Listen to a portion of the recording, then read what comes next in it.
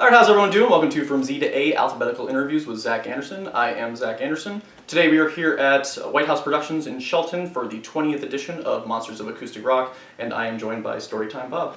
How you doing? Great, how are you? I'm pretty good. Excellent. Good. Looking forward to the show. Alright, well thank you so much for being on the show. So now I'm going to ask you the difficult questions, as long as they have something to do with the letters of your name. Okay. So we'll start with S. When writing songs, do you tend to start with lyrics or music, or does it vary song to song? It varies from song to song, the inspiration of the song. Alright. Sometimes the lyrics come first, and I don't even put any music to it, I just put the lyrics out. Mm-hmm. And then so other times a melody gets in my head and I just got to let it out. Gotcha. Excellent. And now what themes or topics do you tend to write about? Mostly old men stuff, believe it or not. Alright. Experiences that I've had in my lifetime that have shaped me or hurt me or caused me pain have been most of my inspiration. Mm-hmm. Whether it was my divorce or my two boys passing away, whatever. You know, it was kind of, and so I mean, but yeah, and now I'm starting to reach for different places. Okay. I mean, I'm working on a song right now called Summer Storm. Mm-hmm. And it's like, one of the things that I love in the summertime is a thunderstorm. Right. And the way it changes the color, everything turns that kind of greenish color. Yeah. And everything gets quiet, the squirrels disappear, the birds disappear, nothing happens. So that's where the song's going. Trying to capture that. I look forward to hearing it. Now, when you're choosing songs for a set list, do you tend to are you very meticulous about it? Do you plan it out thoroughly over ahead of time, or do you tend to even change things up on the fly depending on how people are reacting? Well, most of the time I have a pretty hard set list. Okay, I've got.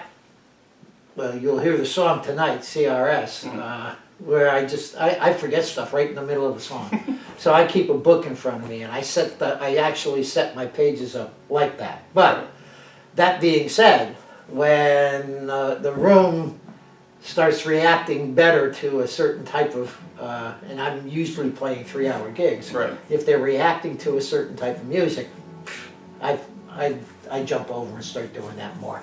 Because the idea is to entertain people. Exactly. And, you know, so that's what I try to do. Excellent. Now, is there anything required of you before a show? Do you have any pre-show rituals? Yeah, I always get my guitar case open, let the guitar air to the room. That way, once I tune it, it kind of stays there. Right. A lot of people leave their guitar sealed up in their case. When they open it up, all of a sudden they wonder why it won't stay in tune. Well, it's adjusting to the room. Right. And once it adjusts to the room, it settles, it will stay in tune. But that's just something I've learned over the 60 years that I've been performing. Exactly. It's a great lesson for any type of musician, young or old. I hear you. Now, do you have any specific musical goals for this year, like writing songs? It's interesting you asked me that.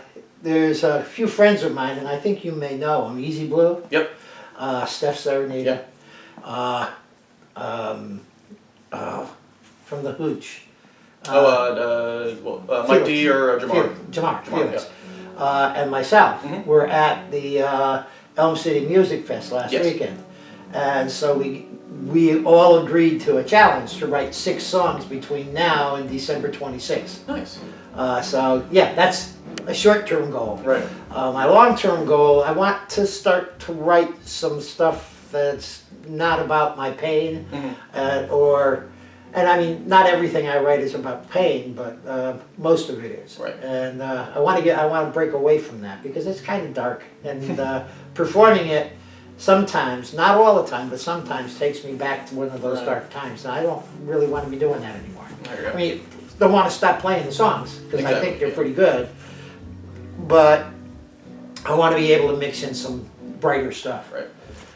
So that's my long-term goal. Right. I mean, I'm setting a goal for next year to write 2 songs a month. All right. Cool. Which is to me a lot. Even though I'm not working, I'm retired. Right. It's still it's a labor. I mean, heck, one of the songs that I'm not doing it tonight, but one of the songs that I've written took me 40 years. Yeah. So it's like, shooting for 2 songs a month or like 6 songs in 8 weeks, that's going to be killer. Right. Well, I know your skills, and I have full confidence in your being able to accomplish that. Now, what do you find to be the best part of performing live in front of an audience? Oh, the adrenaline. Yeah. Yeah. Definitely. The connection with an audience, and to take them along the journey that. And this goes back to my set list, because I pick specific songs to be in certain places. I want to take people on a roller coaster ride. Yeah. Okay? Bring them up, bring them down, bring them up, bring them down. Let them feel the emotions that I get from the songs that I'm doing. Now, I do a lot of covers too. Mm-hmm. Now, they don't sound like the cover. Right. But yeah, but taking people on that experience and sharing that with them is really what gets me gets me excited about Exactly. playing. Yeah. Excellent. Now, I like to end all my interviews with 3 interesting or random facts about yourself that many people might not know. Okay, well, I mean, one of the things that I already dropped off was the fact that my boys passed away 30 days apart back in 2012, and that has turned me into a whole different person. Yeah. Okay, but every time you have a major event in your life, that does do that. The other thing is that I've lived in Texas, Florida, Illinois, Wisconsin, Iowa, New Hampshire, Vermont, and Connecticut. Do you have a favorite of all those places that you've lived? Northern New Hampshire, the White Mountains. Oh yeah. It's absolutely beautiful up there. It's breathtaking every morning when you step out the door. Sometimes because it's so damn cold. Exactly.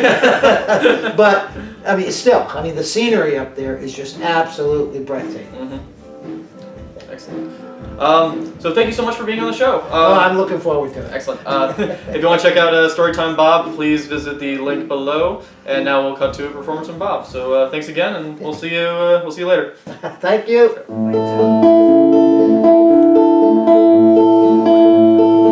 I call this sitting on the back porch. Sitting on the back porch, playing my guitar,